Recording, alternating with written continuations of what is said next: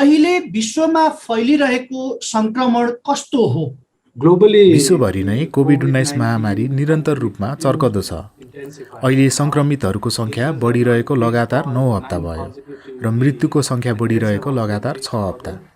यसलाई यसरी हेरौँ, विश्वभर गत हप्ता पत्ता लागेका संक्रमणका घटनाहरू करिब महामारीको पहिलो 5 महिनामा पत्ता लागेका घटनाहरूको बराबर थिए। गत हप्ता 57 लाख संक्रमित पत्ता लागे भने 93,000 भन्दा बढी मानिसको मृत्यु भएको जानकारी विश्व स्वास्थ्य सङ्गठनलाई प्राप्त भएको छ। महामारीको सुरुवातदेखि अहिलेसम्म संक्रमितहरूको संख्या 15 करोड नागेको छ भने मृत्युको संख्या 31 लाख।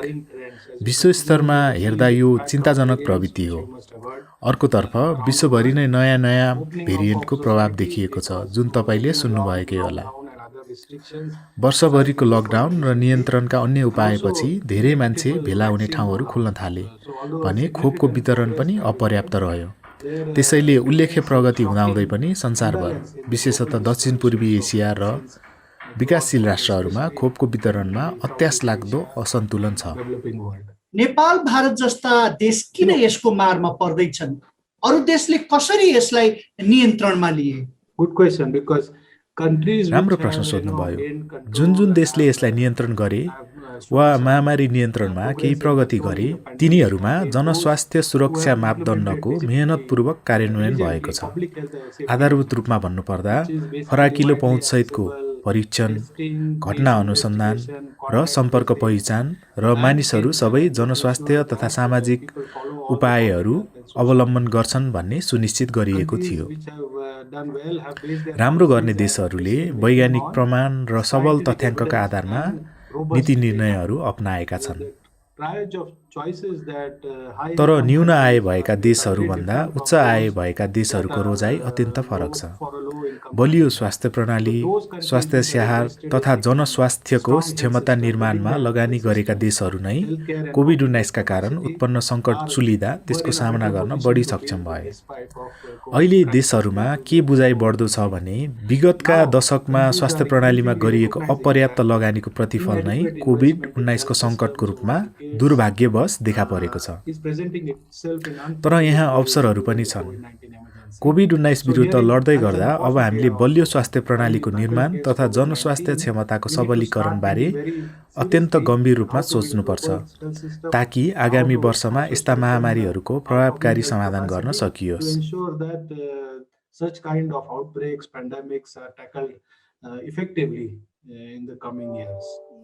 Now in Nepal,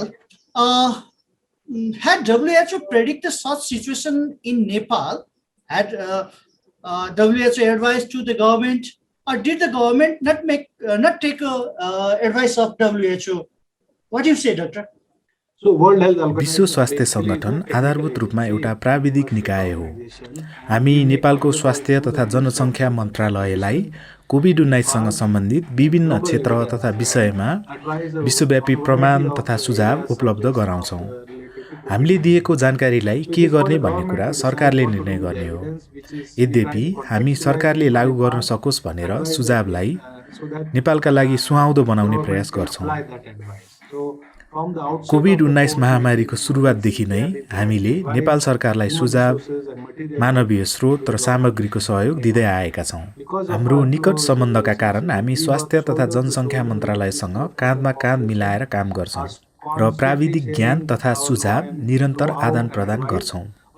चाहे ती सरकारी, निजी वा गैर सरकारी किन नहुन्, देशका सबै संस्थाहरूले कोभिड-19 विरुद्ध लड्नका लागि समग्र समाजको दृष्टिकोणबाट आफ्ना स्रोत साधनलाई एकीकृत गरी प्रयोग गर्नुपर्छ। त्यसो भएमा मात्र कोभिड-19 विरुद्धको लडाईँमा ऐक्यबद्ध हुने र वैज्ञानिक प्रमाणमा आधारित निर्णय लिने कुराको आशा गर्न सकिन्छ। विश्व स्वास्थ्य सङ्गठनले दिएका सुझावहरू सरकारका निर्देशिका, मार्गदर्शन, मापदण्ड तथा कार्यविधिका रूपमा परिणत भएका छन्। हामीले कोभिड-19 विरुद्धको लडाईँमा प्राप्त अद्यावधिक सूचना तथा वैज्ञानिक प्रमाणहरू सदैव सरकारलाई उपलब्ध गराएका छौँ, किनकि रोग बढ्दै जाँदा नयाँ भेरिएन्टहरू आइरहेका छन् अनि नयाँ प्रमाणहरू पनि। हामी तत्कालै तिनलाई सम्प्रेषण गर्छौँ र सरोकारवालाहरूलाई यस विषयमा छलफल र निर्णय अगाडि बढाउनका लागि मनाउन हाम्रो शक्ति, विश्वसनीयता र भूमिकालाई प्रयोग गर्छौँ। विश्व स्वास्थ्य सङ्गठनका कर्मचारीहरू सङ्घीय वा केन्द्रीय तहमा मात्र नभएर प्रादेशिक तहमा पनि राखिएका छन्, जसले यस कठिन समयमा महत्त्वपूर्ण सहयोग उपलब्ध गराउँछन्। मूलत विगत 1 वर्षदेखि नेपालमा हामीले समग्र व्यावहारिक दृष्टिकोण अपनाएका छौँ। हामीले संक्रमण फैलिन नदिनको लागि अख्तियार गरेको नीति ठिक छ कि अझै फरक नीति लिनु पर्थ्यो? हामीसँग जनस्वास्थ्यका विभिन्न कार्यक्रमहरू छन्, जस्तै घटना अनुसन्धान, सम्पर्क पहिचान, जोखिममा रहेकाहरूको क्वारेन्टिन तथा सङ्क्रमित वा बिरामीहरूको आइसोलेसन, सङ्क्रमणको विस्तार रोक्न वा कम गर्न मास्क लगाउने, हातको सफाई गर्ने तथा भौतिक दूरी कायम गर्ने उपाय पनि छन्। उपचारका लागि अक्सिजन र डेक्सामेथाजोन पनि छन्। कोभिड-19 को रोकथामका लागि विभिन्न सुरक्षित तथा प्रभावकारी खोपहरू पनि छन्। अब हामीले गर्नुपर्ने जरुरी काम भनेको यिनमा पहुँच विस्तार गर्नु, सङ्क्रमण रोक्नु र जीवन बचाउनु हो। नेपालले कोभिड-19 विरुद्ध लड्न यी विभिन्न रणनीतिहरू अपनाएको छ। उपलब्ध साधनको निरन्तर र समतापूर्ण प्रयोग भएमा केही महिनामा नै यस महामारीलाई नियन्त्रण गर्ने विभिन्न साधनहरू हामीसँग छन्। खोप एक महत्त्वपूर्ण तथा शक्तिशाली उपाय हो, तर एउटा मात्र उपाय होइन। भौतिक दूरी, मास्क, हातको सफाई, हावा सञ्चार अर्थात् भेन्टिलेसन, निगरानी, परीक्षण, सम्पर्क पहिचान, आइसोलेसन, क्वारेन्टिन र स्नेहपूर्ण स्याहार सुसार यी सबैले सङ्क्रमण रोक्न र जीवन बचाउन सहयोग गर्छन्। हामीले बिर्सनुहुन्न कि सही नीति हुनु भनेको समाधानको एउटा पक्ष मात्रै हो, अर्को पक्ष चाहिँ यसको पूर्ण कार्यान्वयन हो। मैले भनिसकेँ कि कोभिड-19 विरुद्ध लड्नका लागि सरकार र समग्र समाज चाहिन्छ, अनि नेपालमा पनि यही कुरा लागू हुन्छ। कोभिड-19 महामारी परास्त गर्न समाज तथा समुदाय, सञ्चार माध्यम तथा पत्रकार हामी सबै एक हुनुपर्छ। यो अवस्था हेर्दा कहिलेसम्म रहला, अर्थात् यसको फैलावटको अवस्था हेर्दा मानव सभ्यता नै सखाप हुने देखिन्छ। पहिले भने जस्तै महामारीको रोकथाम सुनिश्चित गर्नका लागि हामीले भाइरसको सङ्क्रमणको श्रृङ्खला तोड्नुपर्छ। त्यसका लागि हामीले जनस्वास्थ्य व्यवहारका नयाँ मूल्य मान्यताको पालना गर्नुपर्छ।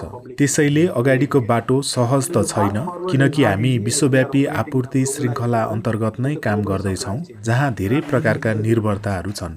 तर सङ्क्रमण दर डर लाग्दो हुँदाहुँदै पनि हामीले निको हुने दर पनि बिर्सिनु हुँदैन, जसले हामीलाई आशा दिन्छ। हाल नेपालमा करिब 83% मानिस निको भएका छन्।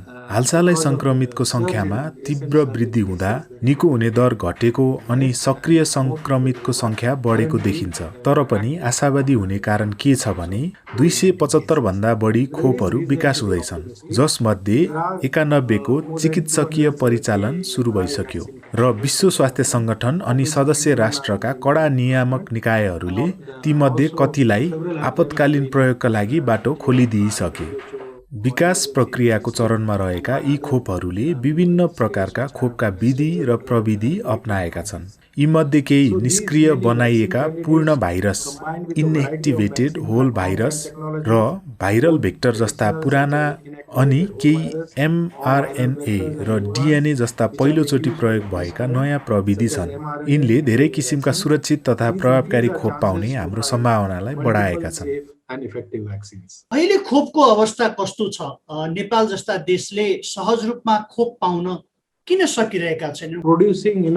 खोपको पर्याप्त उत्पादन राष्ट्रिय सहकार्यमा भर पर्छ। सर्वप्रथम त म के बताउन चाहन्छु भने खोप विकासको इतिहासमा कुनै पनि रोगको खोप यति छिटो विकास भएको छैन। त्यसैले यदि अनुसन्धान, उत्पादन क्षमता, खरिद तथा ढुवानी प्रक्रियामा लगानी गर्न सम्पूर्ण विश्व एकीकृत हुने हो भने अभूतपूर्व तीव्रता हासिल गर्न सकिन्छ। कोभिड-19 त एउटा उदाहरण मात्र हो। सरकारहरूबाट तत्कालै महत्त्वपूर्ण राजनीतिक तथा आर्थिक प्रतिबद्धता चाहिन्छ।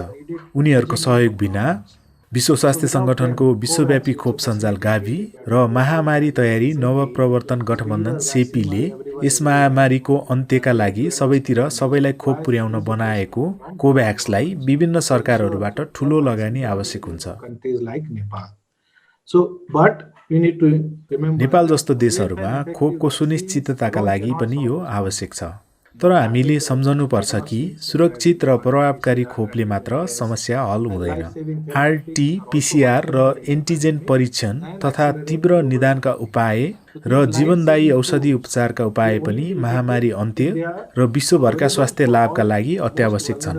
यी जीवनदायी साधनहरू तब मात्र प्रभावकारी हुन्छन् जब सबैभन्दा जोखिममा रहेका अधिकांशका लागि समतापूर्ण ढङ्गले सबै देशमा एकै पटक यी उपलब्ध हुन्छन्। यसका लागि सबल स्वास्थ्य प्रणाली तथा सेवा सञ्चालन हुनुपर्छ। हालै देखिएका भेरिएन्टहरू चिन्ताका विषय हुन् र तिनले सामूहिक कदमको महत्त्व दर्शाउँछन्, किनकि भाइरसलाई फैलिन दिँदा वा सङ्क्रमणको श्रृङ्खला तोड्न नसक्दा नै म्युटेसन हुन्छ र भेरिएन्ट उत्पत्ति हुन्छन्। त्यसैले विद्यमान जनस्वास्थ्यका उपाय लागू गर्दै खोप उत्पादन र वितरणलाई सकेसम्म छिटो अगाडि बढाउँदै भाइरसलाई परास्त गर्नु महत्त्वपूर्ण छ। विश्व स्वास्थ्य सङ्गठनले सक्रियतापूर्वक भनिरहेको छ कि हामीसँग अझै धेरै खोप उत्पादक हुनुपर्छ। तिनमा बौद्धिक सम्पत्तिको सवाल सम्बोधन गर्नुपर्छ। नयाँ कम्पनीहरूलाई पनि खोप उत्पादनको अनुमति दिनुपर्छ ताकि ठूलो परिमाणमा खोप उत्पादन होस्। तपाईलाई थाहा छ कि निगरानी, यो कस्तो भाइरस हो आदि विषयमा उपलब्ध भए अनुसारका आनुवांशिक जेनेटिक सूचनाको आदान-प्रदान, जिन सिक्वेन्सिङ क्षमता नभएका देशहरूको क्षमता विकास, खोप विकास गर्ने देशहरूबीचको सहकार्य, अनुसन्धान, खोप उत्पादन अनि सबैको तिनमा पहुँच, भाइरसलाई परास्त गर्न यी सबै कुरा जरुरी छन्। यसमा धेरै तत्त्व संलग्न छन् र सबैको बलियो सहकार्य चाहिन्छ। नेपालले भारतको जस्तो अवस्था आउन नदिन के गर्नुपर्छ? मैले पहिले भने जस्तै जनस्वास्थ्य सुरक्षाका उपायहरूको पूर्ण पालना हुनुपर्छ र उच्च तथा तीव्र गतिमा खोपको विकास हुनुपर्छ। म बुझ्छु कि नेपालमा खोप ल्याउनु एउटा चुनौती हो, तर हामीसँग देशभित्रै विभिन्न साधनहरू छन् जुन अन्य देशहरूले पनि देखाइसकेका छन्। राम्रोसँग गरिने घटना अनुसन्धान, सम्पर्क पहिचान, सङ्क्रमित र बिरामीको आइसोलेसन अनि जोखिममा रहेकाहरूको क्वारेन्टिन, यी नै सङ्कट समाधानका मन्त्र हुन्। अहिलेसम्म आइपुग्दा यी उपायहरू परिचित भइसकेका छन्।